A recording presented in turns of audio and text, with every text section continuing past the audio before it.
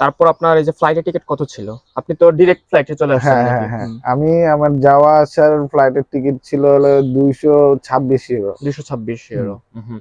তারপর আপনার এয়ারপোর্টের একটু বিষয়টা যদি বলতেন, আপনি যখন হ্যাঁ, এয়ারপোর্টে প্রবেশ এয়ারপোর্টের করছেন এবং কি বিষয়টা কি, ফ্লাইটের আগে একটা চেক হয়, হ্যাঁ হ্যাঁ? হ্যাঁ, ইমিগ্রেশন তো হয় নাই। না না যে না, আপনি স্ট্যাম্প করছে চেক কোনো হয়, একটা, হ্যাঁ, হ্যাঁ? না না, বাট কোন এটা স্টেপ চেক হয় চেক আরকি। হয়, হ্যাঁ।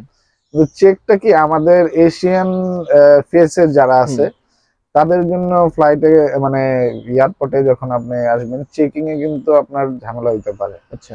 সেই সময় আপনার কথাবার্তা একদম ঠিকঠাক বলতে হবে। আপনার আপনি কি এরকমটা ফেস করছিলেন ওই আমাকে মুহূর্তে? 2 বার চেকিং করা হয়েছে। আচ্ছা, কিরকম?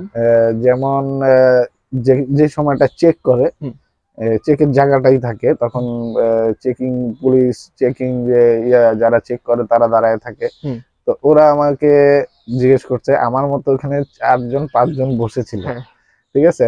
4 জন বসেছিল, 2 জনকে জিজ্ঞেস করতেছিল, আমি গেছি, আমাকে দূরের থেকেই জিজ্ঞেস করছে, ডাক দিছে, তো কাছে গেছি, তা আমাকে বলছে শো মি ইওর এই ন্যাশনালিটি হ্যাঁ, ডকুমেন্টস, হ্যাঁ। ডকুমেন্টস এন্ড ইওর টিআরসি, এরকম ওই কিছু। সবগুলো বের করে দিছি, পাসপোর্ট বের করে দিছি, এগুলো দেখছে। হুম, তো জিজ্ঞেস করছে তুমি কোথায় যাচ্ছ, আমি বললাম যে আমি পোল্যান্ড যাচ্ছি। হুম। তো আর জিজ্ঞেস করে নাই যে ঘুরতে না কেন ইয়ে করতে, যাচ্ছেন? হ্যাঁ, হ্যাঁ কেন এরকম। যাচ্ছে এগুলো জিজ্ঞেস হুম, করে নাই। তারা এই কিছু চেকিং টেকিং করলো, দেখলো এটা ভ্যালিড হুম, কিনা, হুম, হুম।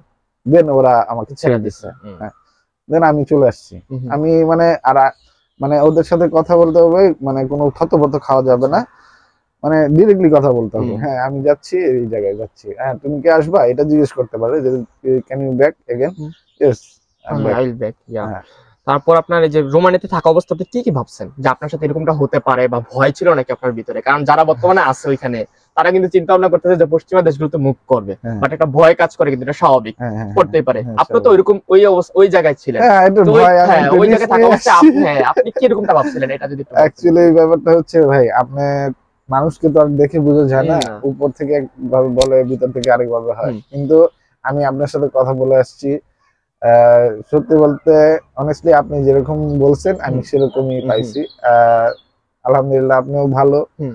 আর এখানকার মানুষগুলো এটা কি ভালো। ক্যামেরার সামনে দিয়ে মানে আমার ভালোভাবে বলতেছেন এরকম না কিছু নাকি? না না না না, না না ভাই, যাই আমি হোক। যদি এরকম না হইতো তাহলে তো আপনার সাথে আমি নেক্সট ভিডিও বানানোর জন্য প্রস্তুত হইতাম না। তারপর আপনার এই যে এই কি যেন বলেন, এখন বর্তমানে পোল্যান্ডে আপনি কি অবস্থায় আছেন? হ্যাঁ, আলহামদুলিল্লাহ খুব ভালো অবস্থায় আছি। কি কাজ করতেছেন আমি বর্তমানে? রেস্টুরেন্টে আছি হুম, একটা। হুম, রেস্টুরেন্টটাও খুব ভালো, হুম, কাজটাও খুব ভালো হুম, আলহামদুলিল্লাহ। এখন দোয়া করি সবার কাছে যে সবাই আমার জন্য দোয়া করুক যেন হুম, আমি হুম। কাজটা এখানে ঠিকঠাক মতো। বর্তমানে এখন মানে ইনকামের দিক দিয়ে আপনার যদি পার্সোনাল আপনার যদি কোনো সমস্যা না থাকে আরকি। মানে আহ কত ইনকাম করতে পারতেছেন আরকি? বা ইন- এরকম কি কন্টাক্ট হয়েছিল আপনার সাথে যে আপনার যে কোম্পানিতে আপনার কাজ বর্তমানে? এখন এখানে আমি আলহামদুলিল্লাহ রোমানিয়ার থেকে ভালো ভালো ইনকাম আছেন। করতেছি। যাক হ্যাঁ তাহলে ভালো। আর আপনি ওখানে মানে রোমানে থাকা অবস্থায় কি এরকমটা ভাবছিলেন যে আমি যাইতে পারবো না বা একটা ভয় হ্যাঁ, কাজ এটা করছিল একটু স্বাভাবিক? ছিল, স্বাভাবিক একটু হুম, নার্ভাসনেস থাকে যে হুম, ও এয়ারপোর্টে যাওয়ার সময় এয়ারপোর্টটা ক্রস করতে পারলে হুম, ভালো হয়, যে এয়ারপোর্টটা কিভাবে ক্রস করব, কি কি ফেস করতে হুম, হইতে হুম। পারে। এই বিষয়গুলো। হ্যাঁ এই তারপর আপনি বিষয়গুলো। যখন এই যে ইয়া থেকে এই পোল্যান্ডে যখন নামছেন, হ্যাঁ নামার পর পোল্যান্ডে এয়ারপোর্টে কোনো সমস্যা হয়েছিল? বা পোল্যান্ডে নামার পরে কি প্রসেসিংটা ছিল আপনার? হ্যাঁ, না আপনার সাথে কি পোল্যান্ড হয়েছিল? এয়ারপোর্টে নামার পরে কোনো ইয়া নাই, মানে চেক ইন কোনো নাই, চেকিং কিছুই নাই। নাই, বাধা নাই, কিছুই হুম, নাই, আপনি ডিরেক্ট আপনি হেঁটে বাইরের দিকে হুম। চলে আসবেন। মানে যেমন আপনি কি লাগেজ নিয়ে আসছিলেন নাকি শুধু না কাঁধের না, ব্যাগ? লাগেজ নিয়ে আসা ঠিক হয় না, হুম। লাগেজ নিয়ে আসতে গেলে অনেক আবার চেক ইন করা লাগে চেকিং, আরকি। ব্যাগ হ্যাঁ দেওয়া লাগে চেকিং এ আরকি দেওয়া বোর্ডিং এ। লাগে, হ্যাঁ, বোর্ডিং হ্যাঁ কার্ড নেওয়া লাগে। আর আপনি তো মনে হয় বোর্ডিং কার্ড তো মনে হয় অনলাইনে নিয়ে নিছেন অনলাইনে নাকি? নিয়ে নিচ্ছি হ্যাঁ, আমি। রাইট। আমি সবকিছু আমি মানে আসার, বিষয়টা হয় কি আপনার এই আমরা ট্রেন স্টেশন থেকে যেমন ট্রেন থেকে নাইমা বা বাস স্টেশনে বাস থেকে নামার পরে যেমন অটোমেটিক যেমন মানে সোজা বাইরে রাস্তা যে বাইরে যাই চলে যায়, এরকম হ্যাঁ ভাবে হয় না? এরকমই হয়, হ্যাঁ, এরকমই হয়। আমি ভিডিওর মধ্যে এটাই কিন্তু শেয়ার করি বা আপনি হ্যাঁ হয়তো হ্যাঁ। শুনছেন কিনা জানি না কোনো ভিডিওতে এরকম কথাবার্তা। আপনি এখন বাস্তব বিষয়টা বলেন না সবার না, সাথে। সত্যি কথা বলতে, এরকম না বিষয়টা? সত্যি কথা বলতে আমার ভাইরা, যে আপনি প্লেন থেকে বের হয়েছেন, দেন আপনাকে জিজ্ঞেস করার মতো কেউ নেই, হুম। ঠিক আছে? আপনি ডিরেক্টলি এয়ারপোর্ট থেকে বেরিয়ে যাচ্ছেন, আপনাকে কেউ কিছু জিজ্ঞেস হ্যাঁ, করবে না, ঠিক ডোমেস্টিক আছে? ফ্লাইটটা এরকমই হয়ে থাকে। হ্যাঁ হ্যাঁ কারণ হ্যাঁ, কোনো ইমিগ্রেশন নাই, কোনো নাই, ইয়া নাই, কিছু নাই। চেক ইন নাই। তারপর আরেকটা বিষয় হলো আপনার লাস্ট কোয়েশ্চেন আরকি এটা।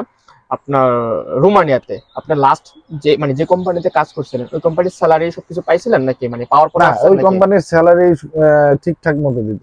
তারপর ওই কোম্পানিতে কোনো সমস্যা হয়েছে বা ওই কোম্পানিতে কোনো পারমিশন নিয়ে আসা লাগছিল? এই বিষয়টা অনেকে জানা হ্যাঁ, আছে। এটা বলবো সবার ক্ষেত্রে যে আপনারা প্লিজ যদি কেউ মানে রোমানিয়ার থেকে বা যে কোনো দেশ থেকে এই রোমানিয়া, পোল্যান্ডে, বুলগেরিয়া থেকে। হ্যাঁ বুলগেরিয়া থেকে, যেখান থেকে আপনারা এই দেশে আসতে চান বা যে কোনো দেশে যেতে চান, কোনো সময় আপনার কোনো ওই দেশেরই কলিগদের বা আপনার রুমমেটদেরও আপনারা ইনফর্ম করে আসবেন ইনফর্ম করবেন না, আগের থেকে জানাবেনই না যে আপনি মানে অন্য দেশে মুভ করবেন বা অন্য দেশে যাবেন। হ্যাঁ, ওইটা বলতে পারেন যে আমার যাওয়ার ইচ্ছা আছে, কিন্তু কবে যাচ্ছেন কিভাবে যাচ্ছেন এগুলো বলবেন না। এগুলো বললে কিন্তু এক কান দুই কান করে যখন কোম্পানির কাছে চলে যাবে আর কোম্পানির ইনফর্ম করে দিবে ইমিগ্রেশনে, তখন কিন্তু আপনাদের ঝামেলা হইতে পারে। ইমিগ্রেশন আর আপনাদের ডিরেক্ট আটকে দিবে। যখন দেখবে আপনার টিআরসি, তারা টিআরসি এয়ারপোর্টে দিয়ে দিবে, তখন টিআরসিটা আপনার সার্চ করার সাথে সাথে ওরা পেয়ে যাবে যে না, এটা তো এই কোম্পানি আমাদেরকে আগে থেকে ইনফর্ম করে রাখছে। ছাড়বে না। এখন আপনার অনুভূতিটা কি সবার শেষে আমি জানবো? আলহামদুলিল্লাহ, অনুভূতি খুব ভালো। আমি এখানে এসে খুব ভালো আছি। পোল্যান্ড খুব সুন্দর দেশ, এখানকার মানুষগুলো খুব ভালো, আর আলহামদুলিল্লাহ আপনারাও খুব ভালো। ঠিক আছে। আর সবার উদ্দেশ্যে কি বলার থাকবে আপনার যারা ওখান থেকে আসবে, রোমানিয়া বা বুলগেরিয়া থেকে আর কি? হ্যাঁ, আমি টিআরসি আছে ওখানে আপনার মতো করে আসবে, তাদের উদ্দেশ্যে কি বলার থাকবে?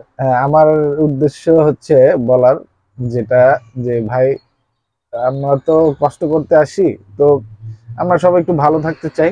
আমরা জানি আপনারাও চান ভালো থাকতে, তো আমি চাই যে ভাই একটু কষ্ট করেন, টিআরসিটা হাতে নেন, দেন আপনার পথ খোলা, আপনি যেখানে ইচ্ছা সেখানে যেতে পারেন। আমরা মনে করি আমার ভিতরে কিন্তু ভয় কাজটা করি, কিন্তু ইউরোপের মাটিতে যদি আমরা লিগ্যাল থাকি তাহলে অনেক ওয়ে খোলা আছে, পুরো ওয়েটাই খোলা।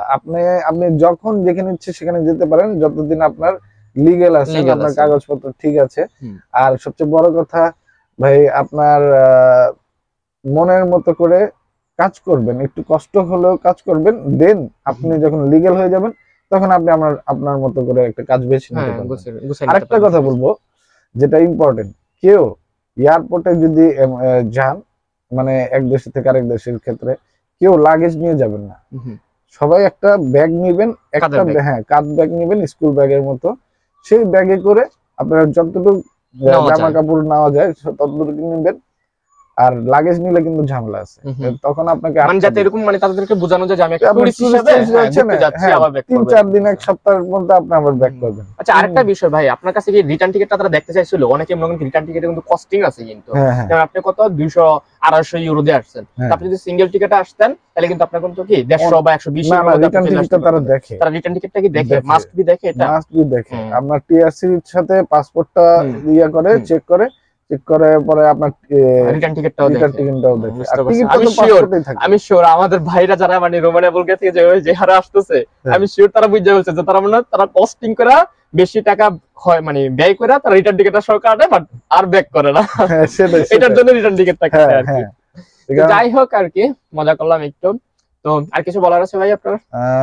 নেক্সট ভিডিওতে আমরা বলবো, ভিডিওটা অনেক বড় হয়ে গেছে আর কি, প্রায় 15 মিনিট হয়ে গেছে আর কি। তো দেখা হচ্ছে পরবর্তী কোনো পার্টে। আল্লাহ হাফেজ।